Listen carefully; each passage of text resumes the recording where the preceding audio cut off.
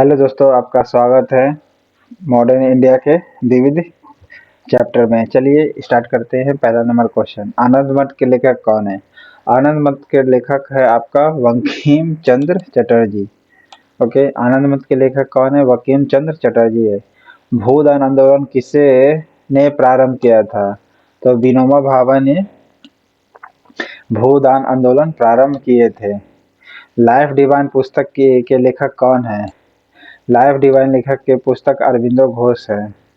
Life divine नामक पुस्तक के लेखक कौन है? अरविंदो घोष है। Okay. My experiment with truth, Mahatma Gandhi. Bengal की एशियाटिक सोसाइटी ऑफ इंडिया के प्रवर्तक कौन थे? तो जेम्स प्रिंसप थे। ओके, कौन थे? जेम्स विलियम, सॉरी प्रिंसप करे, sir William Jones. Okay, sir William Jones थे। बंगाल की एशियाटिक सोसाइटी की स्थापना कब हुई थी? 1784। ओके, एशियाटिक सोसाइटी, बंगाल की एशियाटिक सोसाइटी जो 1784 में स्थापित हुए, इसके प्रवर्तक कौन थे? तो सर विलियम जोन्स थे। ओके, भारत के संविधान सभा किसके अनुसार गठित की गई थी? तो संविधान सभा किसके अनुसार गठित की गई थी? कैबिनेट मिशन योजना के अनुसार गठित की गई थी। ओके, भारत के संविधान सभा किसके अनुसार गठित की गई थी? कैबिनेट मिशन योजना के अनुसार गठित की गई थी।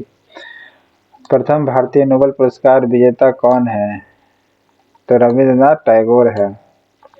ओके, हमारा राष्ट्रीय गीत वंदे मातरम कहाँ से संकलित किया गया है? तो आनंद मठ से संकलित किया गया है।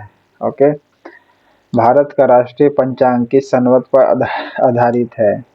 तो शक संवत पर आधारित है। 78 ईसा पूर्व, 78 ईस्वी, सॉरी 78। दिल्ली में केंद्रीय सचिवालय के उत्तरी और दक्षिणी खंडों को वास्तुविद कौन है? तो एडवर्ड लुटियंस है। दक्षिण और उत्तरी खंडों के वास्तुकार आर्किटेक्चर कौन है? दिल्ली में केंद्रीय जो सचिवालय है, तो उसके एडवर्ड लुटियंस है। कौन सी कृति रविन्द्रनाथ टैगोर की नहीं है? चित्रा है, द कोर्ट डांसर है, चित्रांगदा है। चित्रांगदा, द कोर्ट डांसर, ये तीनों रविन्द्रनाथ टैगोर की है। चित्रांगदा, द कोर्ट डांसर, ये रविन्द्रनाथ टैगोर की है। कपाल कुंडा नहीं है। आंसर बी मार दीजिएगा। भारत की शासन व्यवस्था में पहली बार प्रतिनिधि एवं लोकप्रिय तत्व को समाविष्ट करने का प्रयास किया गया था। वो किसमें किया गया था? तो 1892 का भारत परिषद अधिनियम में। फिर से सुनिएगा, भारत की शासन व्यवस्था में पहली बार प्रतिनिधि एवं लोकप्रिय तत्व को समाविष्ट करने का प्रयास किस माध्यम से किया गया था? तो 1892 के भारत परिषद अधिनियम में किया गया था। ओके, किस गवर्नर के कार्यकाल में के दौरान 1921 में कलकत्ता में विक्टोरिया मेमोरियल हॉल का निर्माण किया गया था? तो रीडिंग के समय में किया गया था। 1921 में कलकत्ता में विक्टोरिया मेमोरियल हॉल का निर्माण पूरा हुआ।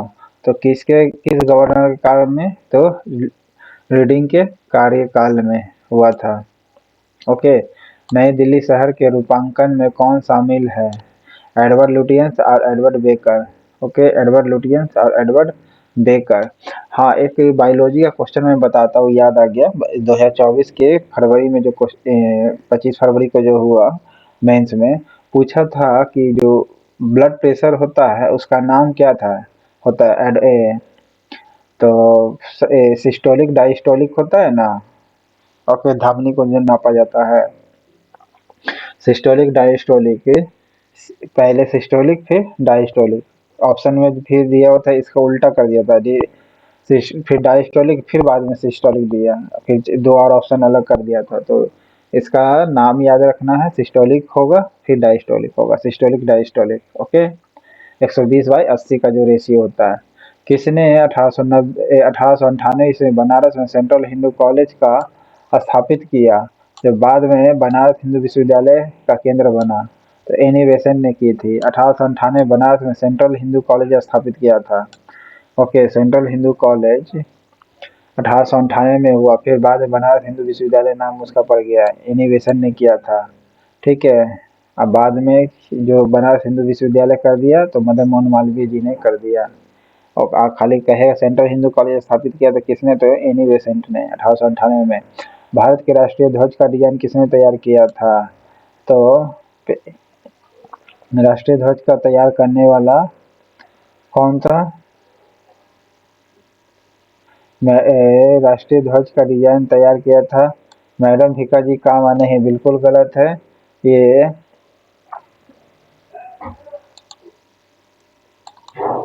देखिए, इसमें भिकाजी कामा नया बुक में दिया था और इसमें पिंगली वेंकैया है नहीं, जबकि पिंगली वेंकैया ने राष्ट्रीय ध्वज का डिजाइन तैयार किया था। तो आंसर गलत है, नया बुक में मैं बता दे रहा हूँ, ठीक है। ऑप्शन ए नहीं है पिंगली वेंकैया, जबकि राष्ट्रीय ध्वज का डिजाइन पिंगली वेंकैया ने किया था, जिनका जन्म 2 अगस्त 1876 को आंध्र प्रदेश में हुआ था। ओके, कृष्णा जिले में। और 1916 में तिरंगे को डिजाइन तैयार किया था पिंगली वेंकैया ने, 1916 में। देवदास उपन्यास के रचनाकार कौन है, तो देवदास उपन्यास के रचनाकार है आपके शरत चंद्र चट्टोपाध्याय है। शरत चंद्र चट्टोपाध्याय है देवदास के लेखक। ओके, चित्रा के उपन्यास के किसने लिखा है, तो रविन्द्रनाथ टैगोर ने लिखा। चित्रा चित्रांगदा रविन्द्रनाथ लिखा है ना। Okay, Chitra Chitrangada the code dancer, ये तीनों रविन्द्रनाथ टैगोर ने लिखा है। प्रेम पचीसी के लिए रचनाकार है प्रेमचंद। ओके, क्षुधित पाषाण यानी हंगरी स्टोन के रचयिता कौन है, हंगरी स्टोन के रचयिता है आपके रविन्द्रनाथ टैगोर है। ओके, हंगरी स्टोन के लेखक रविन्द्रनाथ टैगोर है। विश्व इतिहास की झलक यानी ग्लिम्पस ऑफ वर्ल्ड हिस्ट्री के रचयिता कौन है, तो जवाहरलाल नेहरू है। ओके, जवाहरलाल नेहरू है। ग्लिम्पस ऑफ यानी विश्व इतिहास की झलक, जवाहरलाल नेहरू है, ठीक है।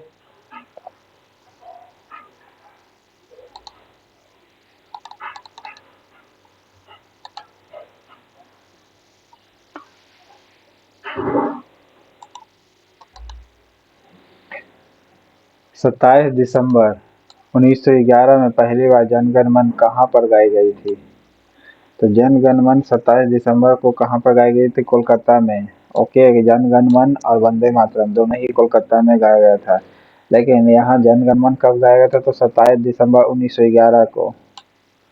ओके, 27 दिसंबर 1911 को जनगण मन गाया गया था कोलकाता में। भारत में पहला समाचार पत्र किसने शुरू किया था, तो जेम्स हिक्की ने चालू किया था।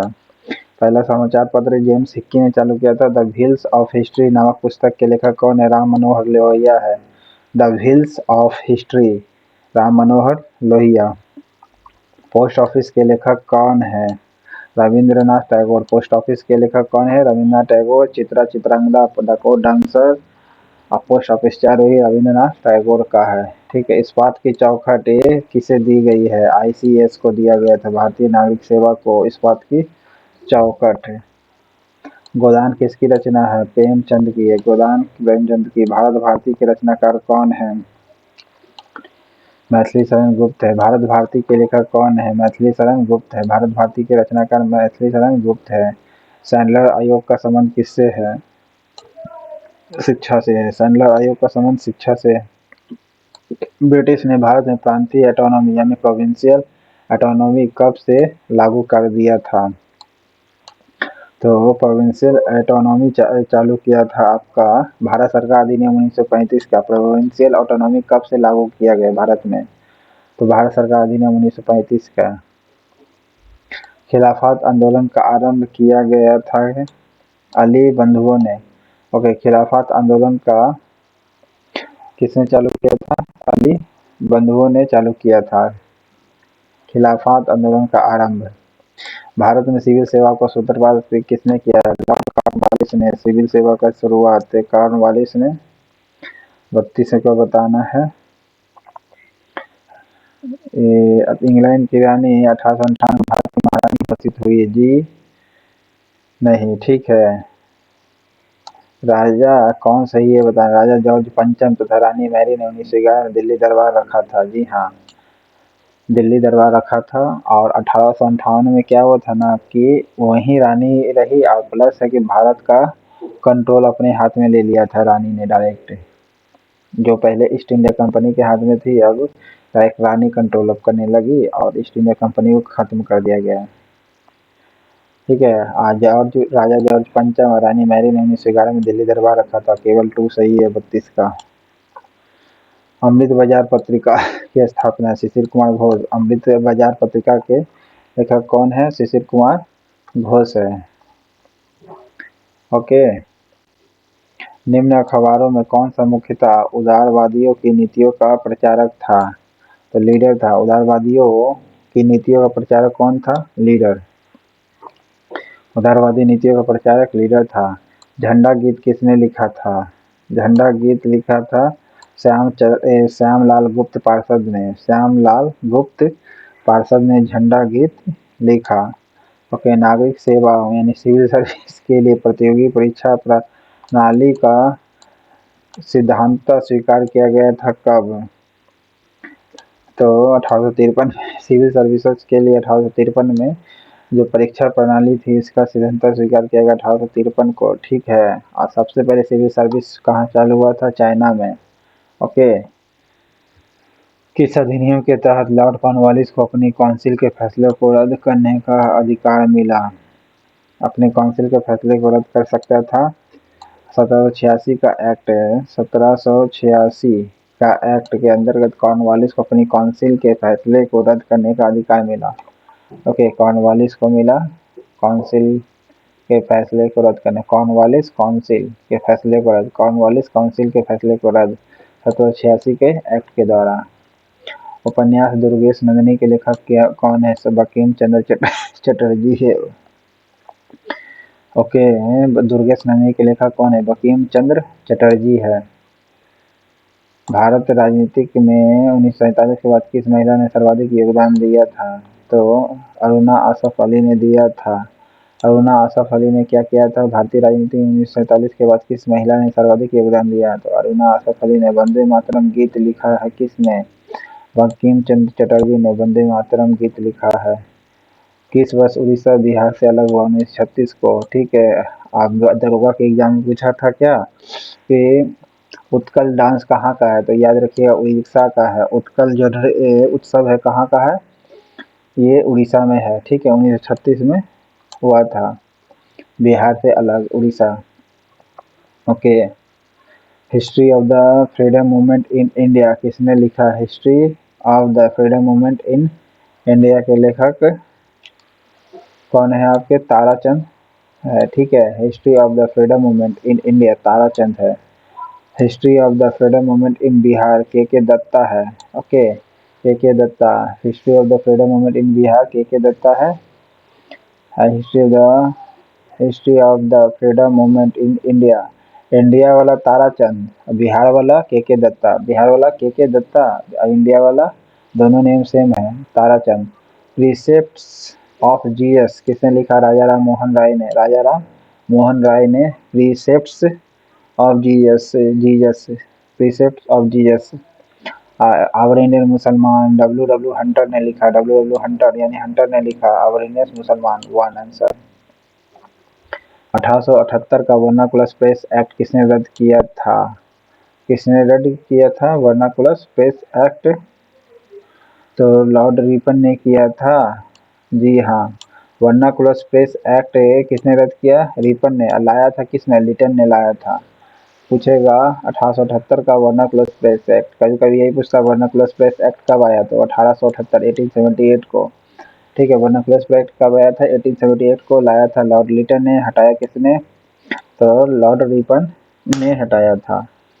ठीक है, अमेरिका में फ्री हिंदुस्तान अखबार किसने शुरू किया था? अमेरिका में तारकनाथ दास ने चालू किया था। ओके, तारकनाथ दास ने फ्री हिंदुस्तान अखबार। अमेरिका में फ्री हिंदुस्तान अखबार तारकनाथ दास ने। इंडियन अनरेस्ट के लेखक कौन है? इंडियन अनरेस्ट के लेखक है वैलेंटाइन सिरोल। कौन है? वैलेंटाइन सिरोल है इंडियन अनरेस्ट के लेखक, वैलेंटाइन सिरोल। स्वदेश वाहिनी के संपादक कौन है? स्वदेश वाहिनी के संपादक है के रामकृष्ण पिल्ले। स्वदेश वाहिनी के रामकृष्ण पिल्ले। स्वदेश वाहिनी के लेखक कौन है? के रामकृष्ण पिल्ले है। ठीक है, स्टार्ट करते हैं 47 नंबर क्वेश्चन। निम्नलिखित में से किस भाषा में द इंडियन ओपिनियन पत्र नहीं छपा था? देखिए, द इंडियन ओपिनियन पहले ये बता देता हूँ कि साउथ अफ्रीका में छपा था। ठीक है, इंडियन ओपिनियन क्योंकि इंडियन लोग के अकॉर्डिंग हम कह सकते हैं महात्मा गांधी जब जा रहे थे ना इंग्लैंड से साउथ अफ्रीका तब लिख रहे थे, तो अकॉर्डिंग टू इंडियन बोल दीजिएगा तो इंडियन ओपिनियन हो गया। तो निश्चित अंग्रेजी में रहेगा। गांधी जी गुजराती थे, गुजराती रहवे करेगा। ठीक है, अब है मुसलमान भाइयों को भी समझ आना चाहिए, तो वो उर्दू में भी था, तमिल में नहीं था। ठीक है, आंसर आपका तमिल हो जाएगा। हंटर कमीशन की रिपोर्ट किसके विकास पर जोर दिया गया था? हंटर कमीशन का जो रिपोर्ट था उसमें प्राथमिक शिक्षा पर जोर दिया गया था। प्राथमिक शिक्षा पर जोर दिया गया था। ओके, और सैंडल आयोग भी था, याद रखिएगा, सैंडल आयोग भी शिक्षा से संबंधित था। ओके, शिक्षा संबंधित बन के आया था सैंडल आयोग। ओके, और सैंडल द्वीप भारत में कहाँ है? तो नॉर्थ अंडमान में है। किस एक्ट के द्वारा भारत के गवर्नर जनरल को अध्यादेश जारी करने की शक्ति प्रदान की गई? इंडियन काउंसिल एक्ट 1861 में दिया गया। इंडियन काउंसिल एक्ट 1861 के अंतर्गत में भारत के गवर्नर जनरल को अध्यादेश जारी किया गया। इंडियन काउंसिल एक्ट 1861 में। निम्न में से किसने सर्वप्रथम प्रेस सेंसरशिप लागू की थी? प्रेस सेंसरशिप लागू करने वाला सबसे पहले ब्ले जेली था। ओके, प्रेस सेंसरशिप लागू करने वाला कौन था सबसे पहले? तो ब्ले जेली था। निम्नलिखित में से सबसे बाद में क्या घटनाक्रम हुआ था? सबसे लास्ट में ये देखिए, सबसे ज्यादा 1905 बंगाल विभाजन हुआ था। ओके, सहायक संधि बेले जेली के द्वारा कॉर्नवालिस के दिन अस्थायी बंदोबस्त, हड़प नीति लॉर्ड डलहौजी के द्वारा। ठीक है, समाचार बताना है, उसके संपादक कौन था? हिंदू के संपादक कौन थे? जी सुब्रमण्यम अय्यर। ओके, हिंदू के संपादक कौन थे? जी सुब्रमण्यम अय्यर। और बंगाली में साफ लग रहा है कि बंगाली का एस.एन. बनर्जी ही होंगे, एस.एन. बनर्जी बंगाली के। Okay, the voice of India के लिए समाचार पत्र के प्रतिपादक कौन थे? तो ये सी का 1। ओके, दादा भाई नौरोजी थे। ठीक है, दादा भाई नौरोजी वॉइस ऑफ इंडिया के। और सुधारक के जी के गोखले। ओके, सुधारक के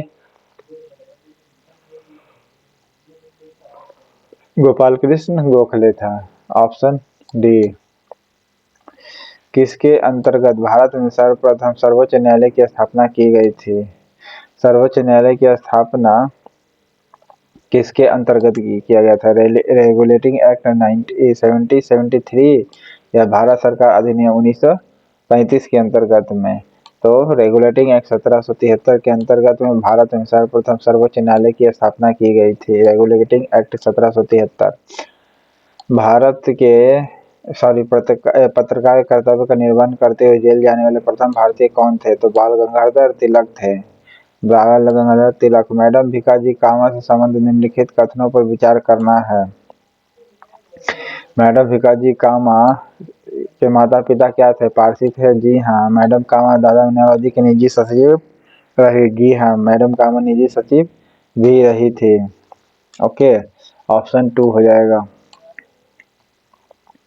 ओके, स्वतंत्र भारत का अंतिम गवर्नर जनरल कौन था? स्वतंत्र भारत का अंतिम गवर्नर जनरल सी राजगोपालचारी, और भारतीय गवर्नर भी सी राजगोपालचारी होगा। ठीक है,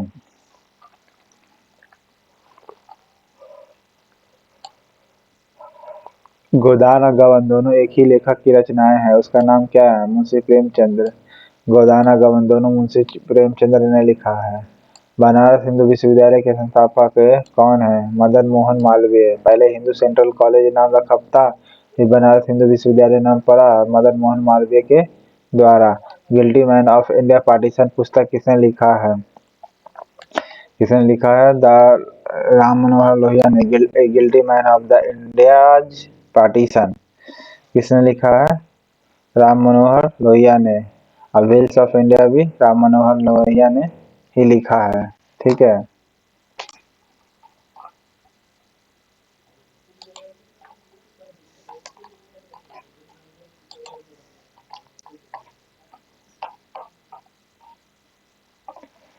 इनमें से कौन भारत में मुसलमानों की उच्च शिक्षा के लिए पथ प्रदर्शक थे? तो सही सर सैयद अहमद खान थे। Okay, sir Syed Ahmad Khan.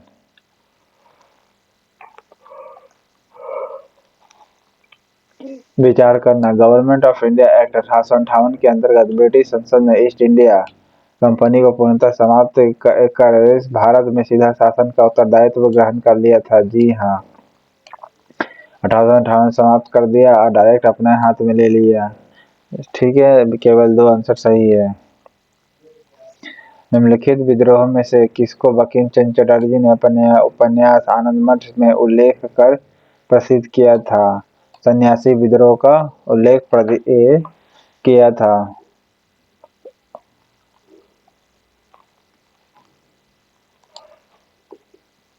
Lecture from to Almora के किस एक के अनुभव पर आधारित है? स्वामी विवेकानंद पर आधारित है। Lecture from Colombo to Almora किस पर विवेक पर आधारित है? किसके अनुभव पर? तो स्वामी विवेकानंद के अनुभव पर। समाचार पत्र और उसका संपादक कौन है, ये बताइएगा। देखिए, बॉम्बे क्रॉनिकल किसने चालू किया था? फिरोज शाह मेहता ने। ओके, बॉम्बे क्रॉनिकल फिरोज शाह मेहता ने किया था। ठीक है। और कॉमनवेल्थ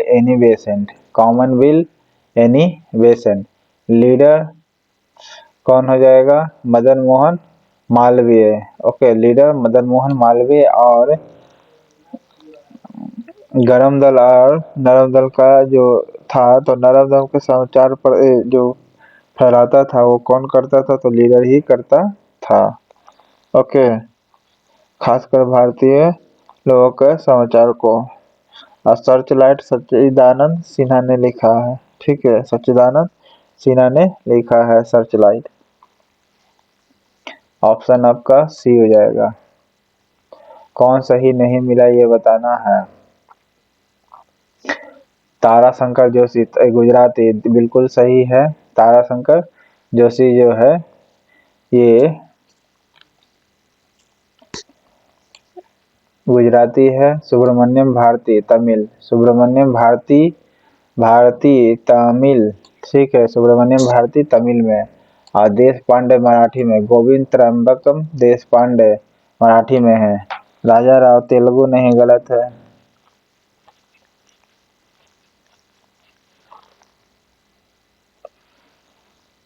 तमिल थे, तेलुगु नहीं। ठीक है।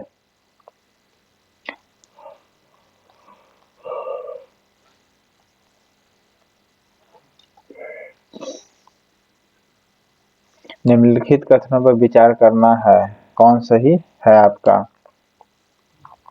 रेगुलेटिंग एक्ट 1773 द्वारा कोलकाता में हाई सुप्रीम कोर्ट यानी की स्थापना किया गया। जी हाँ, 1773 में रेगुलेटिंग एक्ट के जरिए कोलकाता में उच्चतम न्यायालय की स्थापना की गई। भारतीय दंड संहिता आईपीसी वर्ष 1860 में लागू की गई थी। जी हाँ, 1860 में लागू की गई थी आईपीसी। बिल्कुल सही है, 2-3 सही option. Government of India act 1935 में क्या वर्णित है? क्या वर्णित है भाई? इस पहला प्रांतीय स्वयंसत्ता का उपबंध यानी ऑटोनॉमी देना था राज्य को। ठीक है, प्रांतीय ऑटोनॉमी उपबंध था। दूसरा संघीय न्यायालय यानी फेडरल कोर्ट की स्थापना था 1935 के गवर्नमेंट ऑफ इंडिया एक्ट के जरिए। ठीक है, संघ में एक कोर्ट बनेगा जिसे फेडरल कोर्ट कहेंगे। फिर केंद्र में अखिल भारत संघ का उपबंध होगा। केंद्र में क्या होगा? अखिल भारत संघ का उपबंध होगा, यानी कैसे भारत को बनाया जाए, ये ऑप्शन डी हो गया 1 2 3। ओके,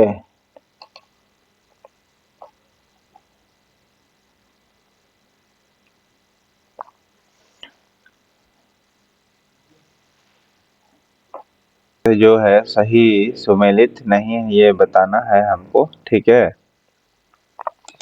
तो कौन सही नहीं है ये बताना है।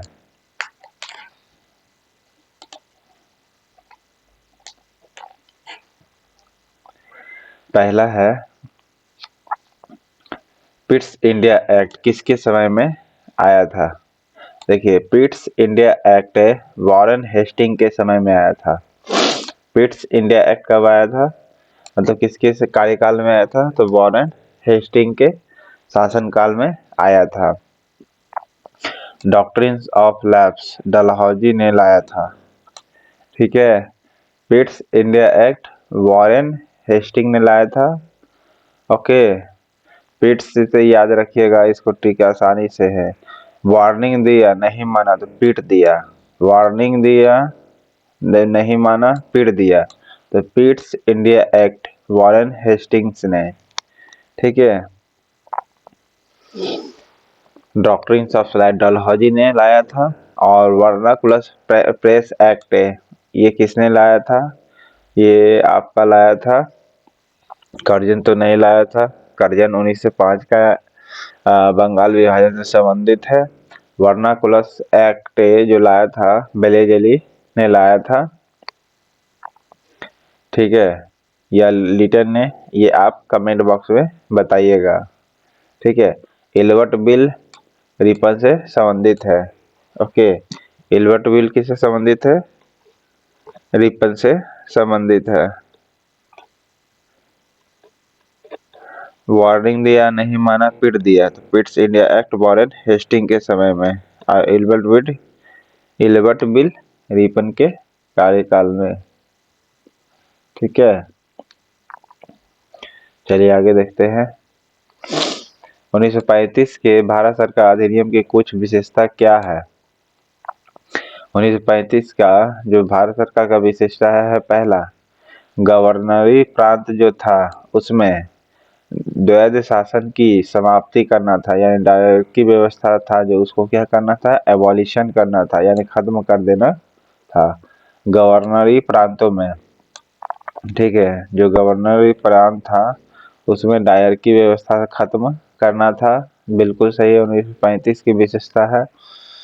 गवर्नर का जहाँ जो शासन है वहाँ दायर की शासन की समाप्ति करना था। दूसरा, गवर्नरों को विधायी क्रियाओं में निषेधाधिकार यानी वीटो की शक्ति तथा स्वयं द्वारा विधि बनाना, ये भी खासियत है। गवर्नरों को विधायी क्रियाओं में निषेधाधिकार यानी वीटो की शक्ति दिया गया तथा स्वयं द्वारा विधि बनाना, यानी जहाँ गवर्नर है वहाँ पर वो खुद ही क्रियाकलाप करेंगे और लॉ बना सकते हैं। साथ ही साथ वीटो पावर भी दिया गया, ठीक है। तो 1 2 दोनों सही है, ठीक है। आंसर 1 2। इसमें से कौन जो है एक सही है ये बताना है आपका। वर्ष 1946 में प्रांतीय सभाओं द्वारा भारत की संविधान सभा चुनी गई थी। तो 1946 में प्रांतीय सभा द्वारा भारत की संविधान सभा चुनी गई थी, जी हाँ, ठीक है। 1946 में प्रांतीय सभाओं द्वारा, यानी जो प्रांत था उसके द्वारा भारत की संविधान सभा चुनी गई थी, बिल्कुल सही है, ठीक है। मॉन्टेस्क्यू चेम्सफोर्ड की रिपोर्ट आधार बनी थी कब, ये 1919 का है भारत सरकार अधिनियम, ओके। क्योंकि मॉन्टेग्यू चेम्सफोर्ड का जो रिपोर्ट का आधार बनी थी भारत सरकार अधिनियम 1919 से। आप पता होगा 1919 के लिए एक सुधार के लिए आया था, ये आप बताइएगा कौन आया था मिशन। भारत में ब्रिटिश साम्राज्य के दौरान निम्नलिखित वायसरायों का विचार करना है कि सबसे पहले कौन आया था, यानी काल अनुक्रम बताना है कि किसके समय कौन कौन पहले आया था। 1931 इरविन से है, ठीक है। चेम्सफोर्ड 1919 से 20 से है। ठीक है, तो निश्चित है कि 2 पहले आएगा ही आएगा 4 से पहले। ठीक है, फिर लॉर्ड कर्जन 1905 से संबंधित है, तो पहले लॉर्ड कर्जन आएगा कि लॉर्ड हार्डिंग आएगा? तो सबसे पहले आएगा लॉर्ड कर्जन 1905, फिर लॉर्ड हार्डिंग आएगा। ठीक है, लॉर्ड हार्डिंग, हार्डिंग के बाद लॉर्ड चेम्सफोर्ड और चेम्सफोर्ड के बाद इरविन। ठीक है, कर्जन के बाद लॉर्ड हार्डिंग आया था, फिर हार्डिंग के बाद चेम्सफोर्ड आया, हार्डिंग के बाद चेम्सफोर्ड आया था, फिर चेम्सफोर्ड के बाद इरविन आया। तो ऑप्शन हो जाएगा 1। ठीक है, 1916 में मौलाना मोहम्मद अली तथा अबुल कलाम आजाद ने विधान परिषद से त्यागपत्र दे दिया था? नहीं। विधान परिषद के सभी भारतीय सदस्यों के विरोध के बावजूद सरकार ने रॉलेट एक्ट को पारित किया था। हाँ जी हाँ, क्योंकि सारे लोग क्या था, विधान परिषद इसका विरोध कर रहा था, विधान परिषद सभी भारतीय सदस्य इसका विरोध कर रहा था। इसके बावजूद सरकार ने रॉलेट एक्ट को पारित कर दिया। बिल्कुल सही है, ए गलत है, आर सही है। 1854 की बोर्ड विज्ञप्ति, जिसे बोर्ड डिस्पैच भी कहते हैं, में अभिव्यक्ति शिक्षा का लक्ष्य क्या था? भारत में पाश्चात्य संस्कृति का विस्तार करना था।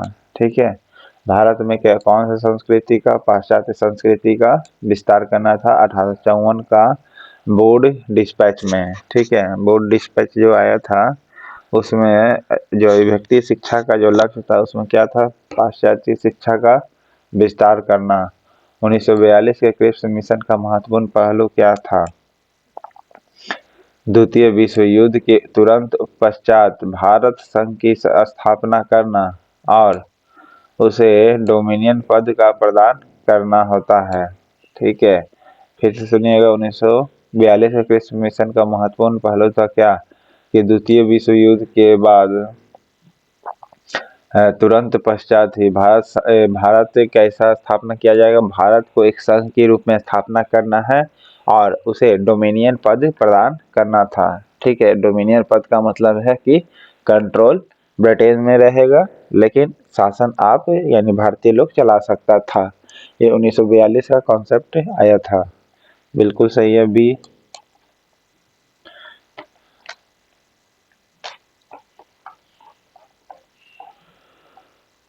1935 के भारत सरकार अधिनियम द्वारा प्रस्तावित फेडरल यूनियन में राजसी प्रांतों को शामिल करने के पीछे अंग्रेजों को असली मंशा क्या थी? अंग्रेजों का असली मंशा था, राष्ट्रवादी जो नेता था उसके साम्राज्यवाद विरोधी सिद्धांत था। ठीक है, राष्ट्रवादी जो नेता था निश्चित ही साम्राज्यवाद विरोधी जो सिद्धांत था उसको क्या करना था? व्यर्थ कर देना था। ठीक है, व्यर्थ करना था। और कैसे व्यर्थ करना है? राजाओं का इस्तेमाल करके। ठीक है, 1935 के भारत सरकार अधिनियम द्वारा प्रस्तावित फेडरल यूनियन में राजसी प्रांतों को शामिल करने के पीछे अंग्रेजों का असली मंशा क्या था? क्योंकि राष्ट्रवादी जो नेता था उसके समाजवादी विरोधी सिद्धांत जो था उसको व्यर्थ कर देना था, यानी उसके मेहनत को बर्बाद कर देना था और राजाओं का इस्तेमाल करना था। ठीक है, ब्रिटिश इंडिया के निम्नलिखित में से किस एक अधिनियम ने सामूहिक कार्यचालन के स्थान पर विभाग या विभागीय पद्धति द्वारा वायसराय की कार्यकारी परिषद पर उनके प्राधिकार को और बल प्रदान किया गया? तो इंडियन काउंसिल एक्ट 1861 में दिया गया था। ठीक है, सही बात है कि ब्रिटिश इंडिया के निम्नलिखित में से किस एक अधिनियम ने पावर और दे दिया गया था? ठीक है, वायसराय को। अधिनियम ने सामूहिक कार्य चालन के स्थान पर विभागीय या विभागीय पद्धति द्वारा वायसराय की कार्यकारी परिषद पर उनके प्राधिकार को और बल प्रदान किया गया था। जी हाँ, इंडियन काउंसिल एक्ट 1861 के अंतर्गत में हुआ था। ठीक है, वायसराय कार्यकारी परिषद को प्राधिकार को और बल प्रदान कर दिया था, किसमें? इंडियन काउंसिल एक्ट 1861 में ही। ठीक है,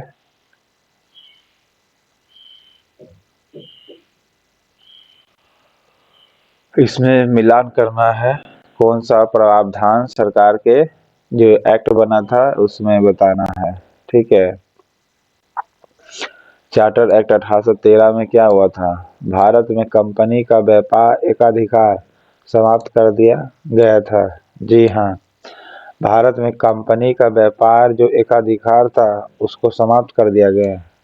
ठीक है, चार्टर एक्ट 1813 में एकाधिकार, व्यापार का एकाधिकार को समाप्त कर दिया गया 1813 के अधिनिर्णय में।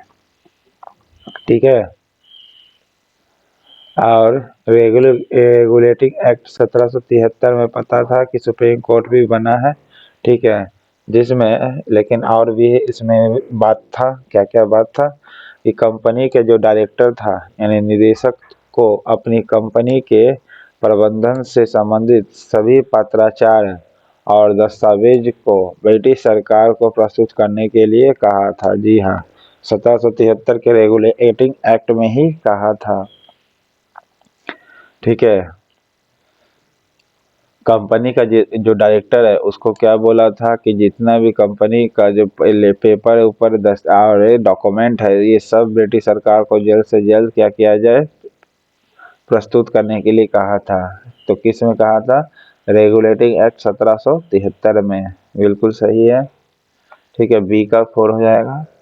एक्ट ऑफ 1858, ये तो आपको पता होगा, पहले ही बता दिए हैं कि एक्ट ऑफ 1858 में शासन का अधिकार अब ईस्ट इंडिया से छीन लिया गया। डायरेक्ट ब्रिटिश क्राउन यानी रानी डायरेक्ट उसको चलाने लगी, यानी ब्रिटिश क्राउन को हस्तांतरित कर दिया गया। ठीक है, ट्रांसफर कर दिया गया। 1858 का जो एक्ट ऑफ 1858 बना था, इसमें ईस्ट इंडिया कंपनी को समाप्त करके डायरेक्ट अब कौन सी कंट्रोल करेगा? ब्रिटिश क्राउन करेगा, यानी उसके हाथ में हस्तांतरित कर दिया गया, ट्रांसफर कर दिया गया। और पिट्स इंडिया एक्ट 1784। ठीक है, पिट्स इंडिया एक्ट बताए थे, वॉरेन हेस्टिंग के समय में आया था। वार्निंग दिया, नहीं माना तो पीट दिया। ठीक है, तो बताए थे पिट्स इंडिया एक्ट किसके समय में? तो वॉरेन हेस्टिंग के समय में आया था। कब? तो 1784 को, 1784 को। इसमें ये बोला था कि भारत में जो ईस्ट इंडिया कंपनी है उसके कार्यों को पूरी तरह से विनियमित करने के लिए ब्रिटेन में बोर्ड ऑफ कंट्रोल स्थापित किया जाएगा। जी हाँ, भारत में पिट्स इंडिया एक्ट 1784 का क्या कॉन्सेप्ट था? इसमें बोला था कि भारत में जो ईस्ट इंडिया कंपनी है उसका जो वर्क है उसको कंट्रोल करने के लिए एवं रेगुलेट करने के लिए, कंट्रोल एवं रेगुलेट दोनों करने के लिए ब्रिटेन में क्या बनेगा? एक बोर्ड ऑफ कंट्रोल बनेगा। ठीक है, रेगुलेट करने के लिए क्या बनेगा? ब्रिटेन में बोर्ड ऑफ कंट्रोल बनेगा। ठीक है, नेक्स्ट देखते हैं।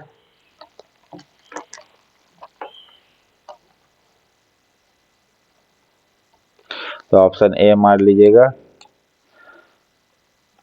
भारत में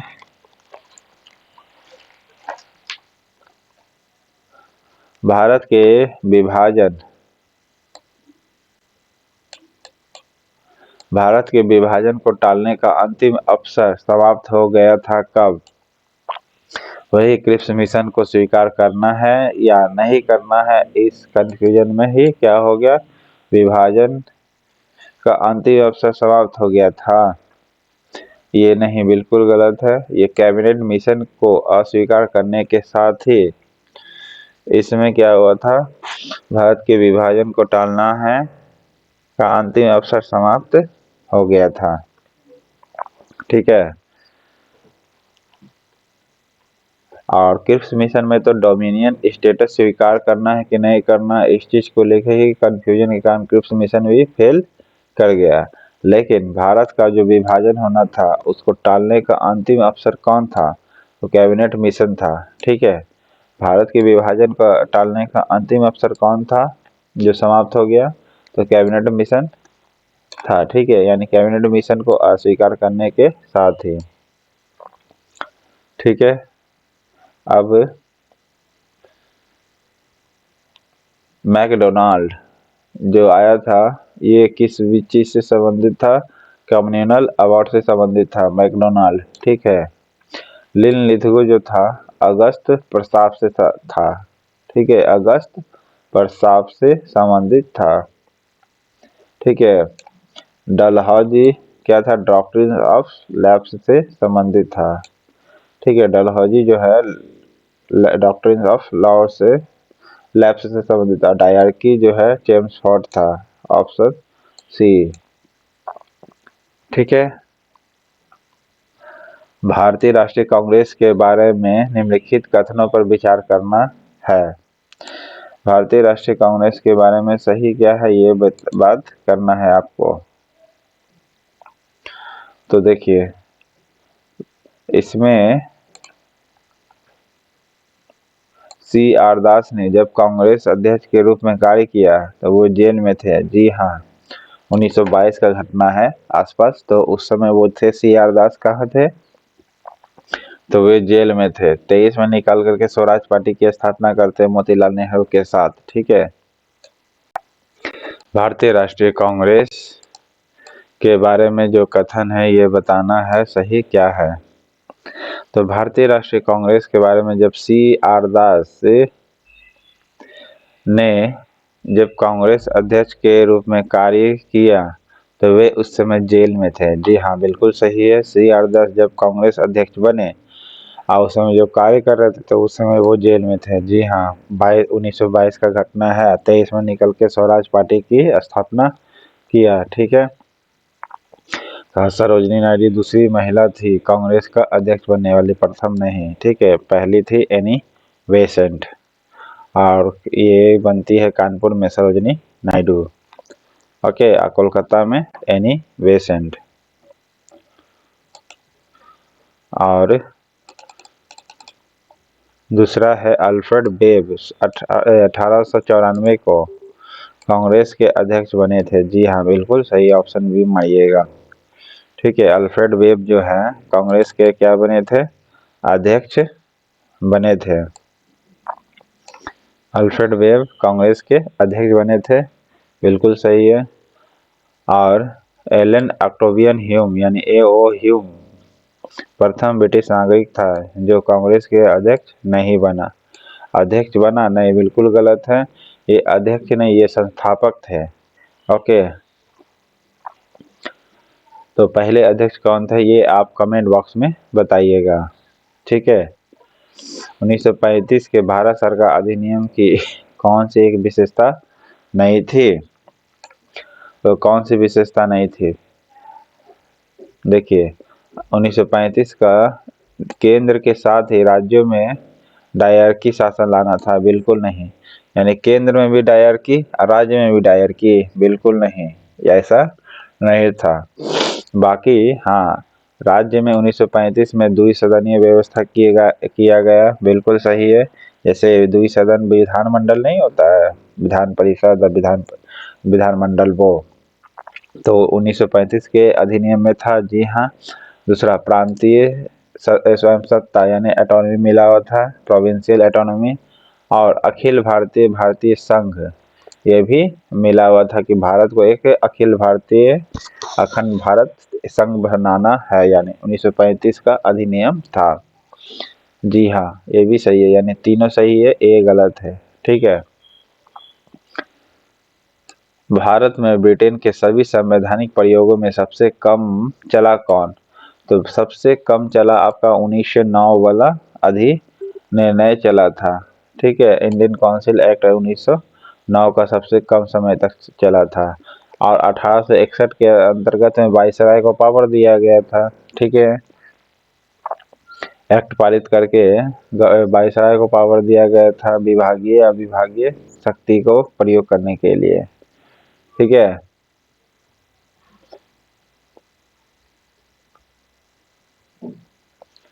इसका प्रस्ताव मई में आया। इसमें अभी भी भारत को विभाजन मुक्त रखने की आकांक्षा थी, जिसका ब्रिटिश प्रांतों से मिलकर बने एक संघीय राज्य का स्वरूप होना था। यह कंसेप्ट किसके बारे में दिया हुआ था? कैबिनेट मिशन के बारे में दिया हुआ है, ठीक है। जब कैबिनेट मिशन का प्रस्ताव आया तो ये मई में आया था। कब आया था? मई में आया था। इसमें अभी भी भारत को विभाजन मुक्त रखना था, ठीक है। लेकिन जैसे ही कैबिनेट मिशन अस्वीकार कर लेता है, यानी स्वीकार रिजेक्ट कर देता है, तो क्या हो जाता है? विभाजन, मतलब अब समझ ही रहे कि हो ही जाएगा। ब्रिटिश प्रांतों से मिलकर बने संघीय राज्य का स्वरूप होना था। वो कैबिनेट मिशन के बारे में बोल रहा है। जब उस समय नेपोलियन की शक्ति के सामने यूरोप में साम्राज्य धराशायी हो रहा था, तो किस एक गवर्नर ने भारत में ब्रिटिश पताका फहराए रखी थी? ओके, तो देखिए, ब्रिटिश पताका जो है फहराए रखी थी लॉर्ड हेस्टिंग ने, ठीक है, लॉर्ड हेस्टिंग ने। कर्जन के बाद लॉर्ड हेस्टिंग बनता है, ठीक है। देखिए, नेपोलियन के सामने सारा यूरोपीय शक्ति युद्ध के समय के बात कर रहा है, यानी यूरोप में यूरोपीय साम्राज्य जो था वो क्या हो रहा था? धराशायी हो रहा था नेपोलियन शक्ति के सामने, ठीक है, जो फ्रांस का था। फिर भी एक गवर्नर जनरल था जो भारत में क्या किया था? ब्रिटिश पताका फहराए रखा। मतलब है कि ब्रिटिश को झुकने नहीं दिया, यानी ब्रिटिश का जो पावर था वो कमने नहीं दिया। वो कौन था उस समय? तो लॉर्ड हेस्टिंग था, ठीक है। अब East India act Warren Hasting से संबंधित है।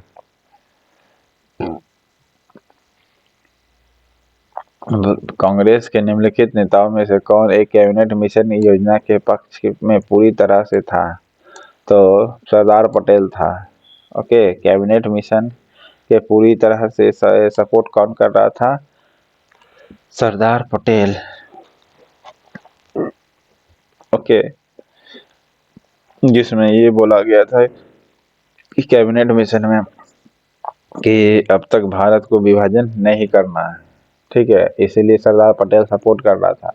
लेकिन कैबिनेट मिशन रिजेक्ट किए, एकता जो भारत का जो था वो खंडित हो गया, यानी पार्ट बाय पार्ट में बट गया इसके अस्वीकार से, यानी साइमन कमीशन के अस्वीकार से।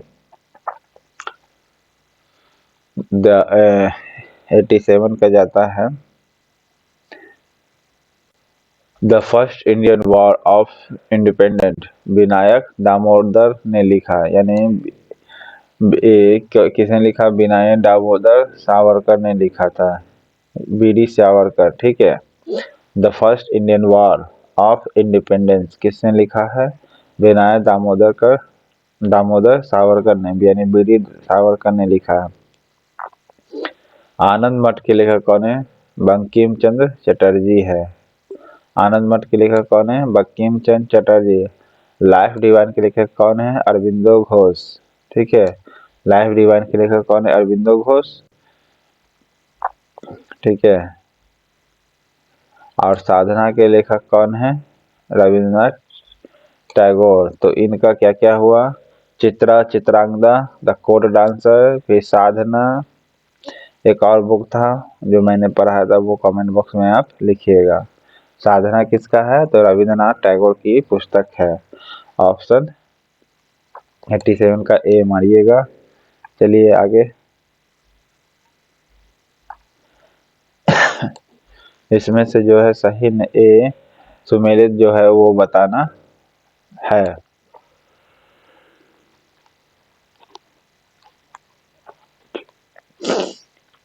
थियोडोर बेक जो था ये मोहम्मडन एंग्लो ओरिएंटल कॉलेज से संबंधित था, ठीक है। जी हाँ, Theodore Beck Mohammedan Anglo Oriental college से संबंधित था, बिल्कुल सही है। एल्बर्ट बिल रिपन के कार्यकाल में आया था, ठीक है। फिरोज शाह मेहता भारतीय राष्ट्रीय कांग्रेस के अध्यक्ष बने थे, बिल्कुल सही है। ओके, और बहादुरुद्दीन तैयब कांग्रेस के पहले मुस्लिम अध्यक्ष बने थे, ये गलत है मुस्लिम लीग के बारे में, तो 1 2 3 सही है, ठीक है। फिरोज शाह मेहता भारतीय राष्ट्रीय कांग्रेस के अध्यक्ष बने थे, बिल्कुल सही है। तो ऑप्शन 1 2 3 सही होगा। Theodore Beck Mohammedan Anglo Oriental college से संबंधित है। मोहम्मदन एंग्लो ओरिएंटल कॉलेज से संबंधित है थियोडोर बेक। निम्नलिखित में से कौन सही क्रमानुसार है ये बताना है आपको। तो देखिए, सबसे पहले मैकाले का मिनट ऑन एजुकेशन आया था। ठीक है, क्या आया था? मैकाले का मिनट ऑन एजुकेशन। फिर उसके बाद आया था वुड का एजुकेशन डिस्पैच 1854। ठीक है, 1854 वुड का एजुकेशन डिस्पैच। उससे पहले मैकाले का मिनट ऑन एजुकेशन आया था। फिर वुड डिस्पैच आया था। ठीक है, एजुकेशन डिस्पैच। फिर उसके बाद आया था हंटर रिपोर्ट। ठीक है, हंटर रिपोर्ट आया था। फिर द सार्जेंट एजुकेशन रिपोर्ट फिर आया। तो ऑप्शन ये आया ए। ठीक है, हंटर रिपोर्ट के बाद सार्जेंट एजुकेशन रिपोर्ट आया। ठीक है, हंटर रिपोर्ट के बाद द सार्जेंट एजुकेशन रिपोर्ट आया था। ओके, किसने सोम प्रकाश नामक समाचार पत्र शुरू किया था? तो ईश्वर चंद्र विद्यासागर ने किया था। ठीक है, सोम प्रकाश नामक समाचार पत्र किसने प्रकाशित किया था? तो ईश्वर चंद्र विद्यासागर ने प्रकाशित किया था, सोम प्रकाश। ठीक है, और सत्यार्थ प्रकाश किसने किया था? दयानंद सरस्वती ने। सोम प्रकाश ईश्वर चंद्र विद्यासागर ने।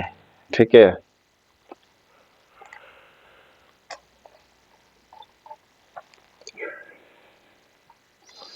भारत के स्वदेशी आंदोलन के दौरान लिखा गया गीत अमार सोनार बांग्ला ने बांग्लादेश को एक स्वतंत्रता संग्राम में प्रोत्साहित किया और उसे बांग्लादेश ने राष्ट्रगान के रूप में अपनाया। यह गीत किसने लिखा था? तो रविंद्रनाथ टैगोर ने। इसमें खास बात मैं बता देता हूँ, बांग्लादेश का भी जो राष्ट्रीय गान है और भारत का भी जो राष्ट्रीय गान है, ये दोनों ही लिखा था किसने? रविंद्रनाथ टैगोर ने। ठीक है, किसने लिखा था? रविंद्रनाथ टैगोर ने लिखा था। लॉर्ड मैकाले से संबंधित है क्या? लॉर्ड मैकाले से संबंधित है, अंग्रेजी शिक्षा से संबंधित है। ठीक है, लॉर्ड मैकाले 93 नंबर को क्वेश्चन देखते हैं। किसने सुबह आजादी नामक कविता लिखी थी? सुबह आजादी नामक कविता लिखा था फैज अहमद फैज ने लिखा था। ठीक है, किसने लिखा था? फैज अहमद फैज ने। सुबह आजादी किसने लिखा? फैज अहमद फैज ने लिखा था सुबह आजादी। कौन एक जनरल अबुल कलाम आजाद द्वारा प्रकाशित किया गया था? तो अल हिलाल नामक जो था, ये अबुल कलाम आजाद ने प्रकाशित किया था। ठीक है, अल हिलाल अबुल कलाम, अल हिलाल अबुल कलाम। अगर भूल भी जाएगा तो याद रखिए, अबुल अल अबू अल अबुल अल हिलाल। ठीक है, सुमेलित करना है सूची 1 2 को। लेखक कौन है? बंकिम चंद्र चटर्जी ने कौन सा बुक लिखा था? बंकिम चटर्जी ने देवी चौधरानी ने लिखा था। ठीक है, क्या लिखा था? देवी चौधरानी। बंकिम चंद्र चटर्जी ने क्या लिखा था? देवी चौधरानी। और दीन बंधु मित्र किसने लिखा था? दीन बंधु मित्र किसे क्या लिखा था? तो नील दर्पण। ठीक है, नील दर्पण दीन बंधु मित्र ने। और प्रेमचंद्र ने क्या लिखा था? शतरंज के खिलाड़ी। ओके, शतरंज के खिलाड़ी प्रेमचंद्र ने। दीन बंधु मित्र ने नील दर्पण। ओके, अब बंकिम चटर्जी ने देवी चौधरानी लिखा था, ऑप्शन सी। गोल्डन थ्रेशोल्ड नामक कविता संग्रह की रचयिता कौन है? तो गोल्डन थ्रेशोल्ड के रचयिता है ये एनी बेसेंट। ओके, या फिर सरोजिनी नायडू?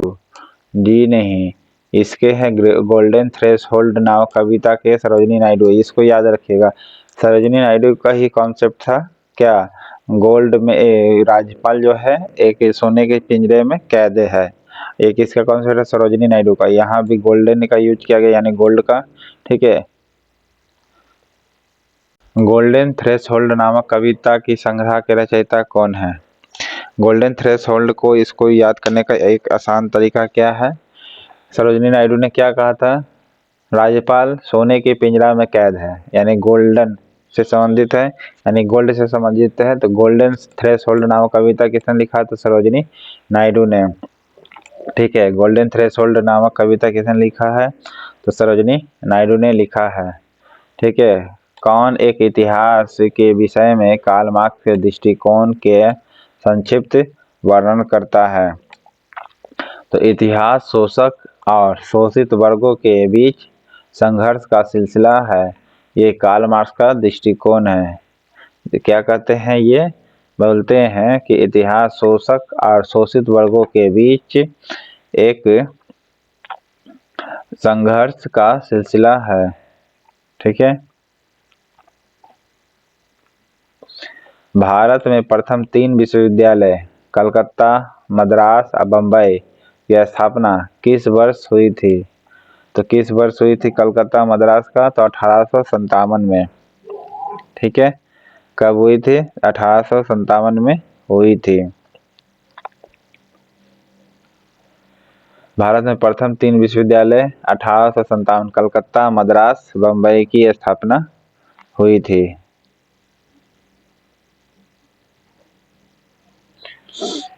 तो इसमें सुमेलित करना है।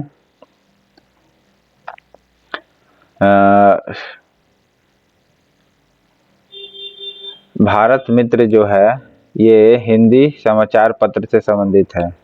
ठीक है, भारत मित्र, इसे नाम से ही पता चल जाएगा आसानी से। भारत मित्र जो है हिंदी समाचार पत्र से संबंधित है और राष्ट्रमत जो है मराठी से संबंधित है। ठीक है, राष्ट्रकूट कहाँ का था? महाराष्ट्र का था, दक्षिण भारत का था, तो मराठी से याद रखना है। ठीक है, राष्ट्रमत जो था मराठी से संबंधित था। प्रजापति जो था ये गुजराती से संबंधित था।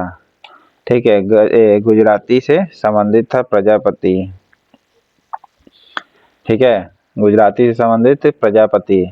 और नायक जो था ये बांग्ला से संबंधित था।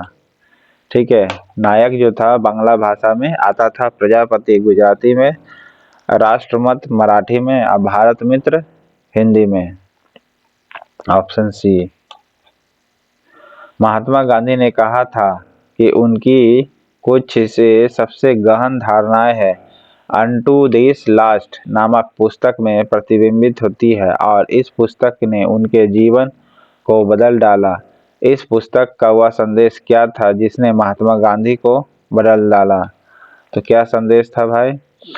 कि व्यक्ति का जीवन सबके कल्याण में निहित है।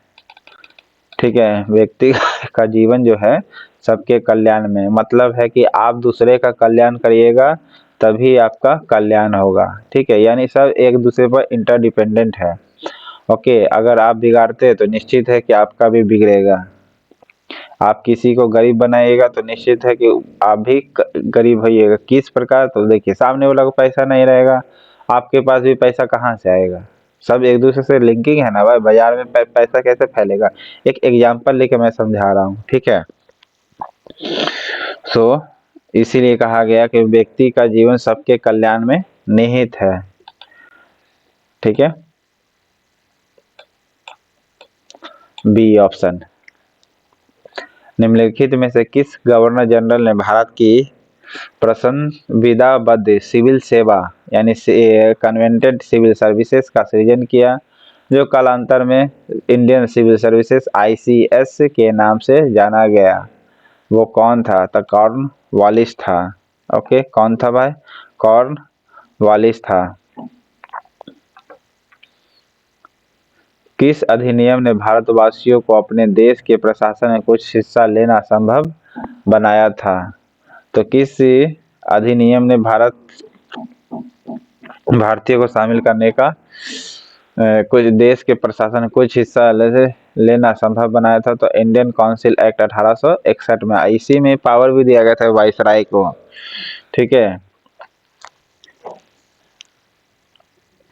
इंडियन काउंसिल एक्ट 1861 में अपने देश के प्रशासन ने कुछ शिक्षा लेना संभव बनाया भारतवासियों को, तो वो कौन था? Indian council act 1861।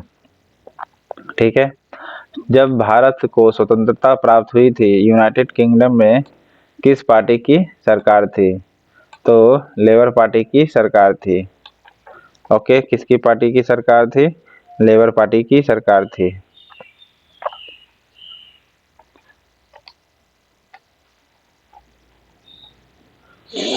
किस वर्ष राष्ट्रीय गीत वंदे मातरम पहली बार गाया गया था? तो 1896 को वंदे मातरम पहली बार गाया गया था। ठीक है। राष्ट्रीय गीत वंदे मातरम पहली बार 1896 में गाया गया था। राष्ट्रीय गीत 1896। ठीक है। 97 नहीं, 1896। अंग्रेज शासकों में से समाचार पत्रों पर प्रतिबंध हटाने का श्रेय किसे जाता है? तो चार्ल्स मेटकॉफ को जाता है। ओके, किसको जाता है? मेटकॉफ को जाता है। अंग्रेज शासक जो समाचार पत्रों पर प्रतिबंध हटाया वो कौन था? तो वो था चार्ल्स मेटकॉफ, जो 1835 से 1836 में भारत का गवर्नर जनरल रहा था। ओके। बम्बई, मद्रास और कलकत्ता में उच्च न्यायालय की स्थापना हुई थी। ये कब हुई थी? 1861 में। ठीक है। बम्बई, मद्रास और कोलकाता में उच्च न्यायालय यानी हाई कोर्ट की स्थापना हुई थी। कब? तो 1861 में हुई थी। ठीक है। 1861 के अधिनियम द्वारा भारत में बम्बई, मद्रास और कोलकाता में हाई कोर्ट की स्थापना हुई।